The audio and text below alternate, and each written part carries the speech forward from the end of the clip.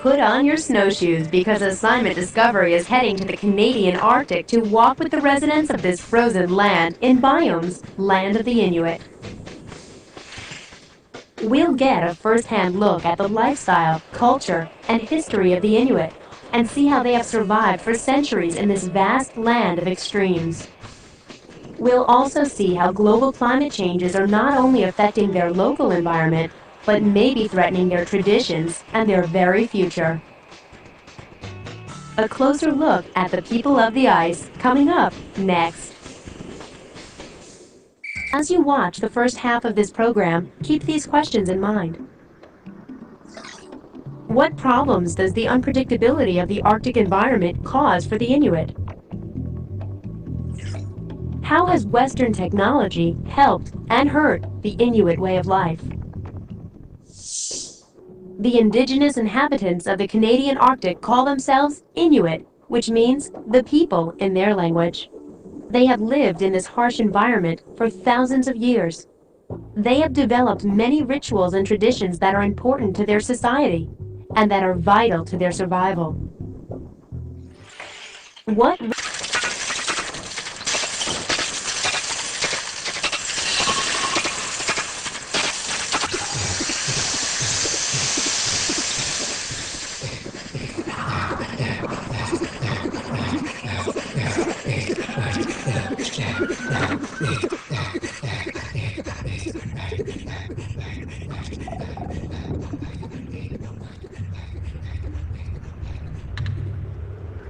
The Arctic, the top of the world.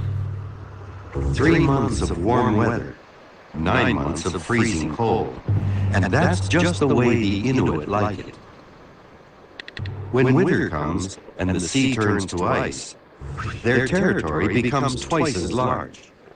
The horizon seems limitless.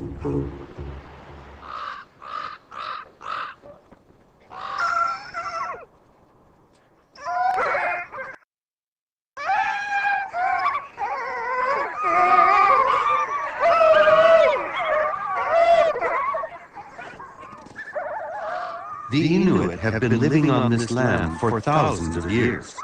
At the turn of the 20th century, barely 5,000 Inuit lived in the Canadian Arctic. Today, there are more than 45,000.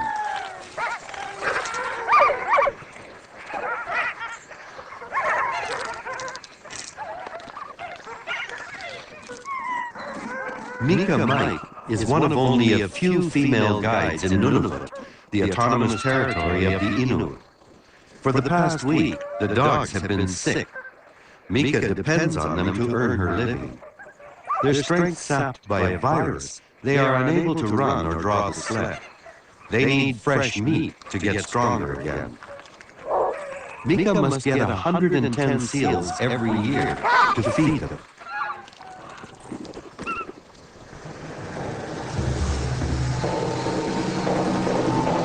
Most people living in the Great North practice subsistence hunting and fishing.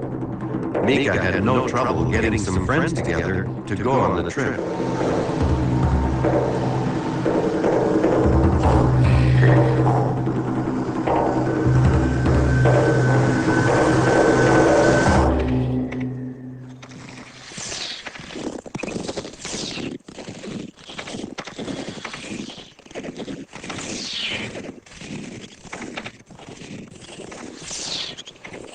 Mika hunts with a partner, Joshua Kango.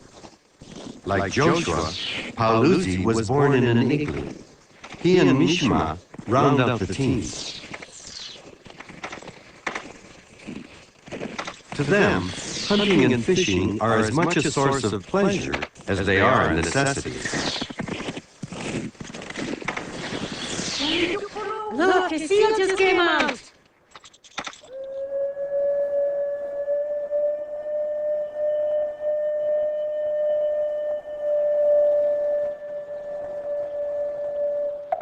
Hunting, fishing, waiting, always waiting for the animal that will feed them.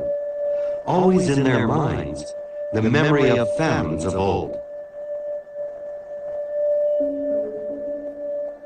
Over there, a seal. It has only been a short time since the introduction of Western values disrupted the flow of tradition. Recently, a new source of turmoil has emerged. Did you see any caribou in the mountain? The environment has become less predictable.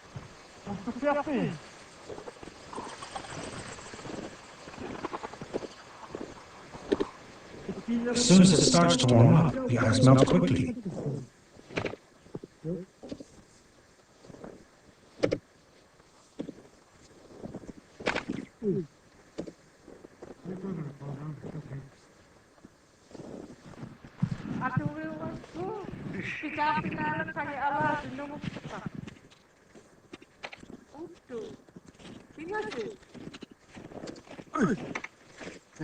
I was afraid the ice would crack and I would fall into the water.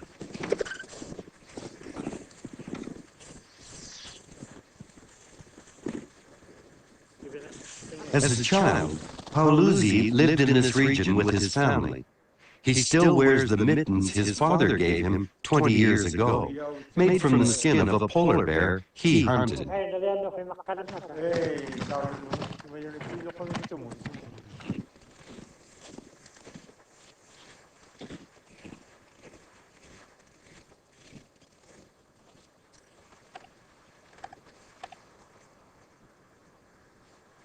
I see some snowmobiles over there. Far away? Yes, quite far away.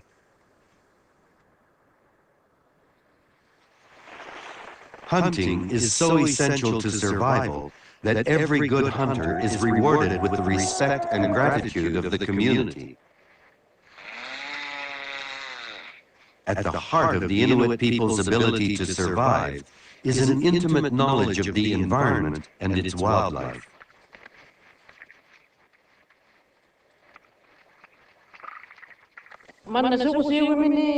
Is this where you grew up?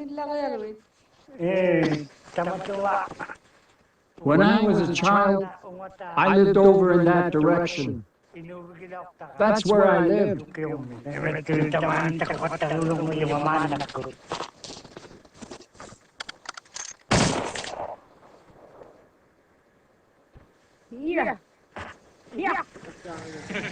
The first seal of the day.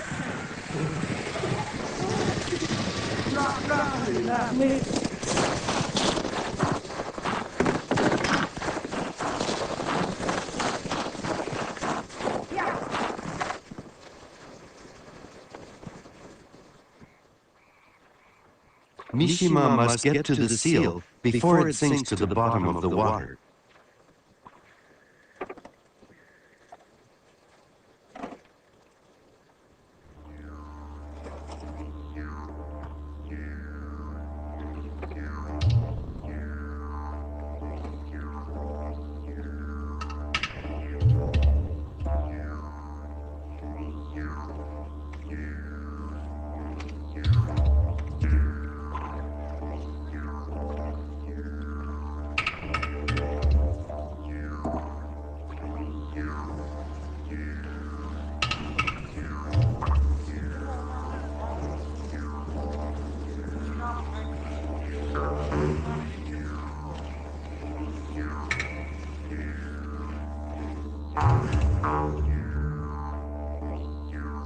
Their art, their technology, all derive from sila. Sila is the Inuit word for temperature or atmosphere. It also means intelligence of the world. Everything that happens in the world, in the planet, happens here first. That's how it works. We are the health barometer for the rest of the world, the health indicator. And because we're a people who live off the ice and snow, we see the most minute of changes immediately. Because we're on the land every day, hunting, fishing, gathering. Sheila Wat Cloutier is the grandmother of Young Lee and president of the Inuit Circumpolar Conference, which works to strengthen ties between the world's 150,000 Inuit. He's named after his grandfather and then his two great-grandfathers.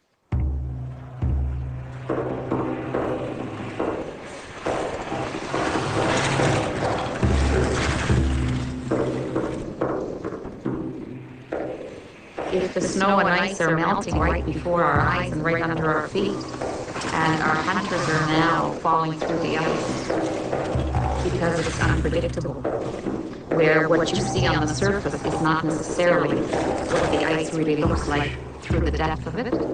If it's melting from underneath, then all the rules are changing. So how do we deal with that?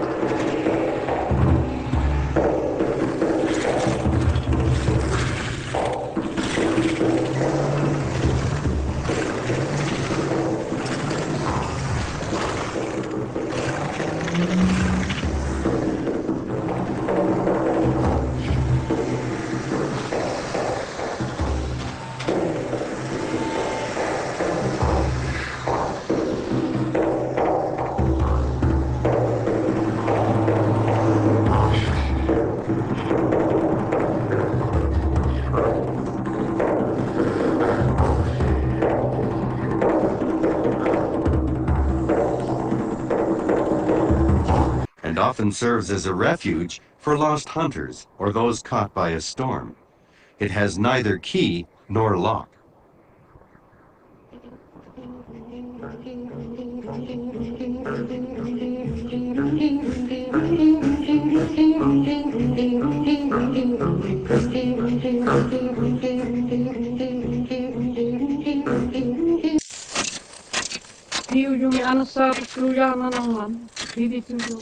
Here you can breathe easy.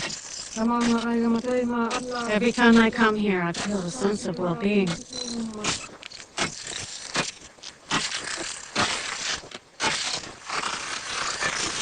Mika has found a stream of fresh water.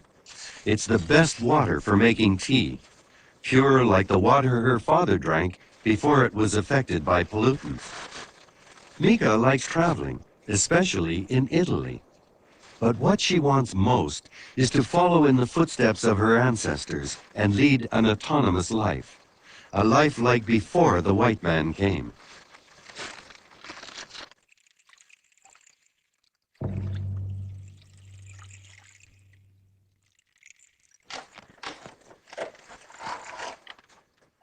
Many of us are starting to think deeply about these issues. Why have we come from such a highly independent way of living to now highly dependent, be it to substances, institutions, processes, you know?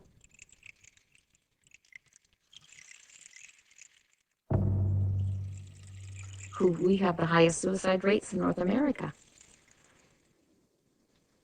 The answers lie, in my opinion, in our culture, our hunt, our food.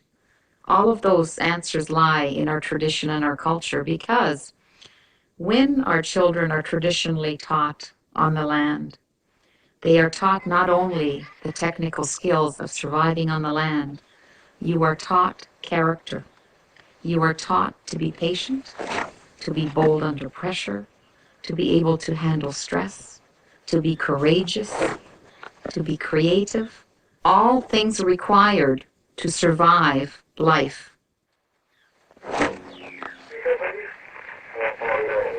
The surface area of the Arctic represents 1/3 of the area of Canada, 2 million square kilometers, and 21 kilometers of asphalt. Located 1 hour by plane or 1 week by dog sled from Inuit.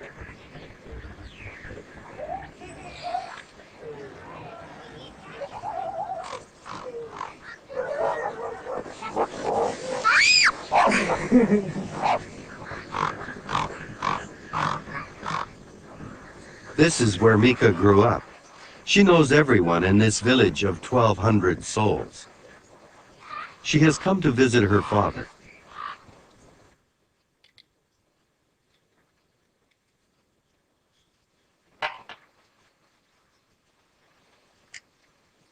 Mika and her father are passionate about technology, the old kind and the new. These are the tools of survival.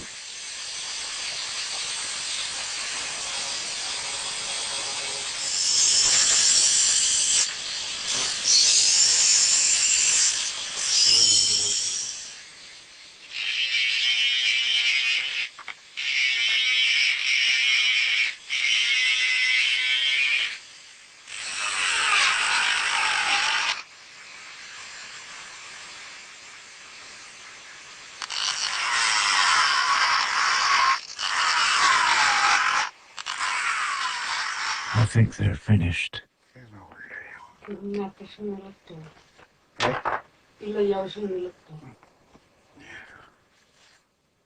I can see very well.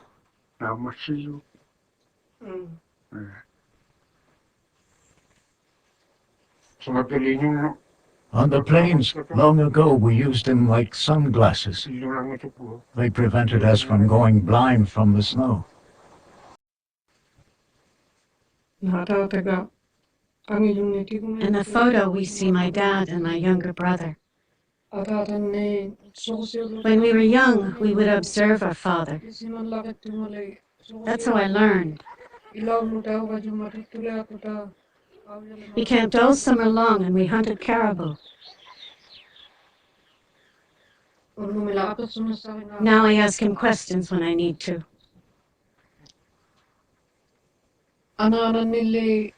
As a child, I learned from my mother how to dry out hides.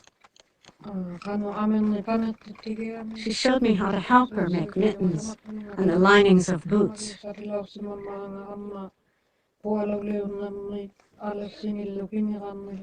She died when I was young. Today I try to remember how she would have done things.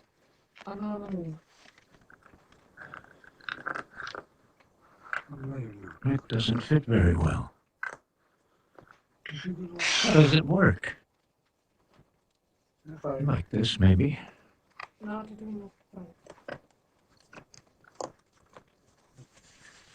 Quite a can opener. Doesn't want to cooperate.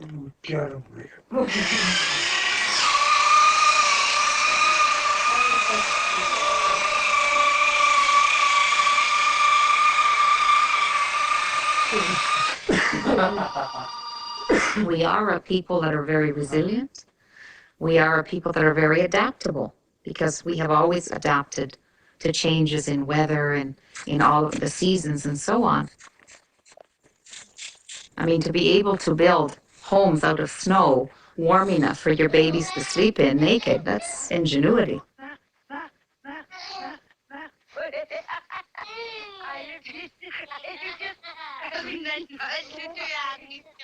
With everything that we have, we've been able to survive for a millennia. But you know, adaptation has its limits too.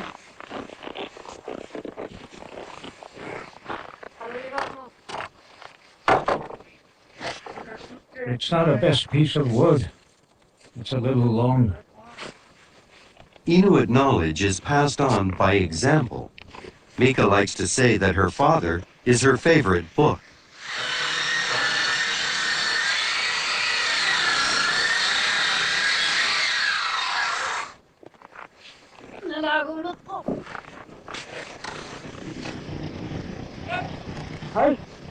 Hey, thanks. Thanks, neighbor. After spending his entire life in Pangyurtung, Jamie C. Mike has forged tight links with the community. Without being asked, a neighbor brings over a little something for supper, some delicious Arctic char.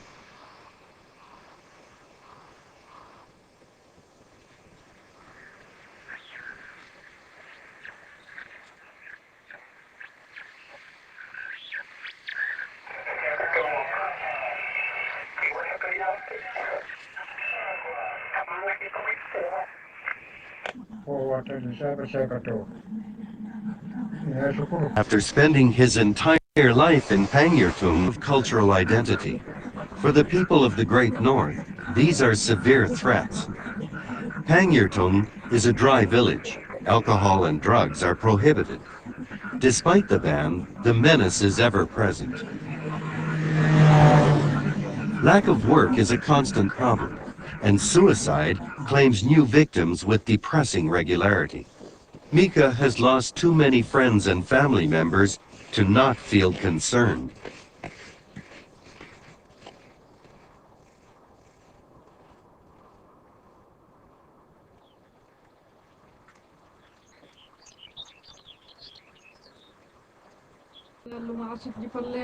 Since my childhood, we've been through a lot of upheaval. We would go to school like whites, but whenever we went home, we were completely Inuit. I know that I felt very confused. We didn't know which was best. Now I realize that the Inuit way of life is very good. Everyone helps each other out. I don't want us to forget who we are and how we survived. But sadly, today we are neglecting our traditions a little too much.